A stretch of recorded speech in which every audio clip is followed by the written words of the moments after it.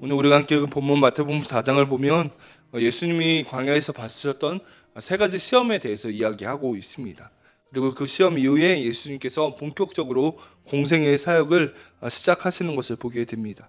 저는 오늘 본문을 묵상하면서 세 가지로 나누어서 하나님이 우리에게 주시는 은혜를 나누고자 합니다. 말씀 붙들고 기도할 때 하나님께서 우리 안에 말씀하시는 귀한 새벽이 될 줄로 믿습니다. 첫 번째로 우리가 주목하게 되는 것은 1절에 그때에 라는 단어로 시작하고 있다라는 것입니다. 제가 1절 읽습니다. 그때 예수께서 성령에게 이끌려 마귀에게 시험을 받으러 광야로 가사라고 말합니다. 여러분, 그때라는 말이 무슨 말입니까? 이전의 말씀과 연결이 되고 있다라는 것입니다. 3장에 어떤 이야기가 나옵니까? 우리가 어제 묵상한 것처럼 바로 세례 요한의 이야기가 나오고 있습니다. 여러분, 다른 복음서를 보아도 예수님의 공생의 사역 이전에 꼭 이 세례 요한의 이야기가 나오는 것을 우리가 보게 됩니다. 왜 예수님에 대해서 바로 이야기하는 것이 아니라 꼭 복음서는 이 세례 요한의 이야기로 시작하는 것일까요? 여러분, 구약의 예언 때문입니다. 말라기의 말씀 보면 메시아가 오기 전에 엘리야가 와서 먼저 오게 될 것이라고 이야기하고 있습니다. 이스라엘 백성들은 메시아를 기다리면서 반드시 엘리야를 기다렸을 것입니다. 온 인류를 구원할 예수 그리스도가 오시기 전에 그분의 오심을 알리는 엘리야를 올 것임을 믿었기 때문입니다. 이 세례 요한이 바로 엘리야의 역할을 감당합니다. 누가복음 1장 17절에 이렇게 기록합니다. 그가 또 엘리야의 심령과 능력으로 주 앞에 먼저 와서 아버지의 마음을 자식에게 거스르는 자를 의인의 슬기에 돌아오게 하고 주를 위하여 세운 백성을 준비하리라 라고 얘기합니다. 여러분, 세례 요한이 엘리야와 같이 그의 심령과 능력으로 주 앞에 먼저 오게 될 것이라고, 세례 요한이 그것을 감당할 것이라고 이야기하고 있습니다. 이렇기 때문에 주님의 사역 이전에는 이 엘리야의 역할을 하는 세례 요한의 탄생과 사역의 이야기가 기록되어 있다는 것입니다.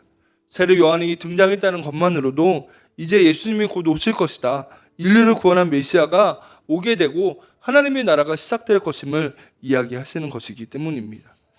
사랑하는 성도 여러분, 우리 안에 우리의 삶이 이 세례 요한과 같은 삶이 되기를 축복합니다. 여러분, 우리의 삶을 보고 우리를 보고 주님이 계시구나, 예수님을 기대하게 하는 성도가 되는 것입니다. 세례 요한을 보고 사람들이 예수님이 오심을 기대했을 것입니다. 이제 곧 예수님이 오시겠구나, 정말로 주님의 통치하심이 있겠구나, 하나님의 나라가 임하겠구나라고 기대했을 거라는 겁니다. 여러분, 우리의 삶과 말을 통하여서 사람들이 주님을 기대하게 하는 것입니다. 이 사람을 보니까 정말 예수님이 생각난다, 주님을 기억하고 생각하게 만드는 삶, 그것이 정말 복된 인생인 줄로 믿습니다. 여러분, 예수님과 이 세례 요한의 얘기가 붙어있는 것처럼 우리의 삶과 우리의 모든 삶이 정말 하나님과 연결되어지고 예수님께로 인도되어지는 그 거룩한 갈망이 우리 안에 있게 되어지기를 간절히 축복합니다. 두 번째로 주목할 것은 예수님의 광야 시험입니다. 예수님은 성령에 이끌려 광야로 가십니다. 1절을 다시 보면 광야로 가신 이유를 설명하고 있습니다. 그때 예수께서 성령에 이끌려 마귀에게 시험을 받으러 광야를 가사라고 얘기합니다. 광야로 가신 이유는, 성령 하나님이 이끌어 가신 이유는 마귀의 시험을 받기 위함이라고 얘기합니다. 여러분, 세 가지 시험의 내용을 보면 첫 번째는 예수님의 굶주림에 관련되어 있습니다. 40일을 금식하신 이후에 예수님께 마귀가 시험합니다. 이 돌들로 떡덩이가 되게 하라는 것입니다. 여러분, 그때 우리 주님 말씀하십니다. 사람이 떡으로만 사는 것이 아니라 하나님의 말씀으로 사는 것이라고 말입니다. 여러분, 이 땅을 살아가면 우리가 끊임없이 유혹받고 겪게 되는 시험입니다. 우리가 어떻게 살아갈 것인지를 이야기하는 것입니다. 먹는 것으로 대표되는 마귀의 시험은 우리의 필요, 우리의 욕구를 쫓으며 살아가라고 이야기합니다. 우리의 본능대로, 내가 하고 싶은 대로, 내가 원하는 대로 살아가라는 것입니다. 그러나 우리 주님이 말씀하시는 것은 하나님의 말씀, 하나님의 방법이 우리의 삶의 방법이 되라고 이야기하고 있기 때문입니다.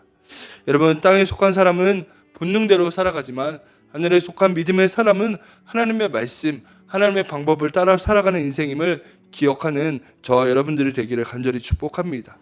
여러분, 두 번째와 세 번째 시험의 특징은 마귀가 예수님을 데리고 갔다라는 겁니다. 5절을 보면 마귀가 예수님을 거룩한 성으로 데려다가라고 얘기하고 있고요. 8절에도 마귀가 또 그를 데리고 지극히 높은 산으로 가서 천하만국과 그 영광을 보여주었다는 겁니다. 여러분, 마귀가 예수님을 데리고 갔습니다. 성전 꼭대기에서 두 번째 시험을 보면 성전 꼭대기에서 뛰어내려도 하나님이 보호하실 것이다 라고 얘기합니다. 마귀는 예수님을 시험하고 있습니다. 예수님의 능력, 예수님이 가지고 있는 그 특권을 사용해 보라는 겁니다. 그러나 주님 말씀하시지요. 주 너의 하나님을 시험하지 말라. 주님은 시험할 대상이 아니라고 말씀하고 있다는 겁니다. 세 번째 시험은 천하만국을 보여줍니다. 그리고 한 번만 절하면 모든 것을 주겠다고 말씀하십니다. 지름길, 빠른 길을 말합니다. 한 번만 절하면 빠른 방법이 있으니 그것이 가능하다라는 겁니다.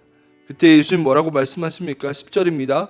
이에 예수께서 말씀하실 때 사탄아 물러가라. 기록되었을 때 주 너의 하나님께 경배하고 다만 그를 섬기라 하였느니라 라고 얘기합니다. 세상이 경배할 뿐, 우리가 예배하고 찬양할 뿐은 우리 주님밖에 없다라는 것입니다. 지름길과 바른 길이 아니라 진리가 우리 주님이시기에 하나님 한 분만을 섬겨야 함을 이야기하고 있다는 겁니다. 여러분, 사실 이 세 가지의 사단의 유혹보다 더 중요한 것은 사탄의 전략입니다. 3절과 6절에 보면 동일한 말씀이 나옵니다. 그것은 바로 만일 내가 하나님의 아들이거든 이라는 말씀입니다. 하나님의 아들이라면, 너가 만약 하나님의 아들이면 이렇게 해보라는 것입니다. 하나님의 아들이면 이런 능력을 할 수 있지 않느냐라는 겁니다.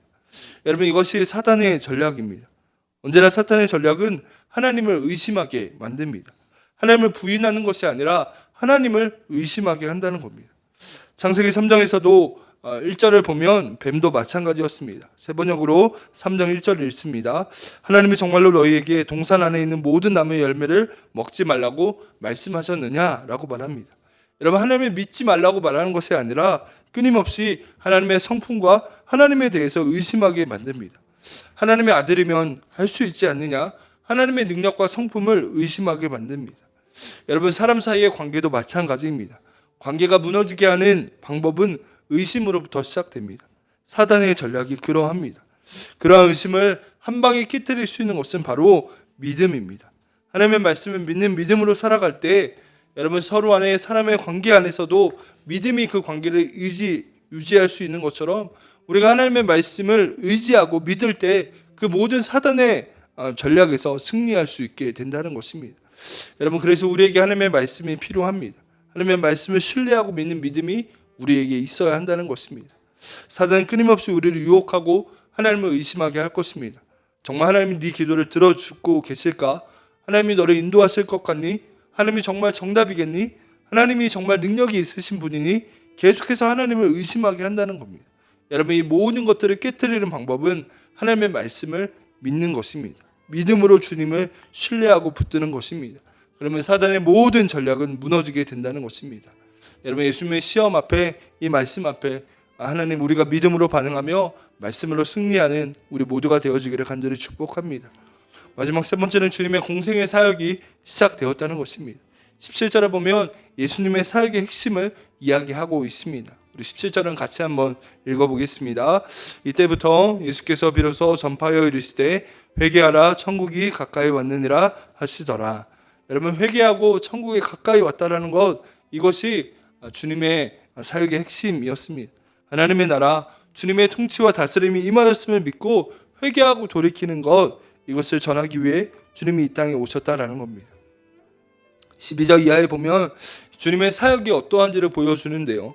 갈릴리에서 시작된 이 이야기가 나사렛 그리고 스불론과 납달리 지역으로 이동하고 있습니다.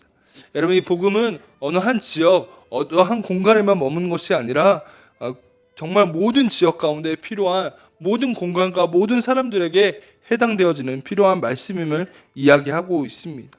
15절과 16절을 보면 이 구약의 말씀이 성취되었는데 흑암에 있는 모든 권세들이 이 복음이 필요함을 이야기하고 있다는 것입니다. 여러분, 오늘 이 아침에도 우리에게 십자가의 복음이 필요한 줄로 믿습니다. 우리의 가정, 우리의 삶의 모든 부분이 하나님의 통치가 아니라 내가 주인되어 내 마음대로 살아왔다면 회개하고 돌이켜서 하나님의 통치, 하나님의 나라를 구해야 할 줄로 믿습니다.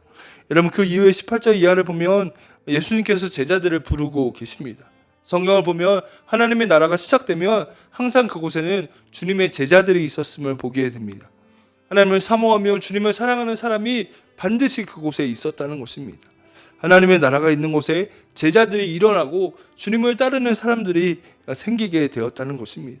베드로와 요한을 부르셨듯이 하나님은 오늘 이 새벽에도 우리를 제자로 부르고 계시는 줄로 믿습니다. 우리와 함께 하나님의 나라를 세워가며 주님의 통치를 구하는 믿음의 사람들로 서자고 우리를 제자로 부르고 계시다라는 것입니다. 여러분, 십자가의 복음 앞에 우리가 믿음으로 반응하며 주님의 통치를 구하는 은혜가 있기를 소망합니다. 하나님, 주님, 우리가 여기 있습니다. 하나님, 우리를 제자로 세워주셨사오니 하나님의 나라를 선포하며 함께 주님의 나라를 세워가는 믿음의 사람 되게 해달라고 주님을 구하고 사모하는 우리 모두가 되어지기를 간절히 축복합니다. 기도하겠습니다.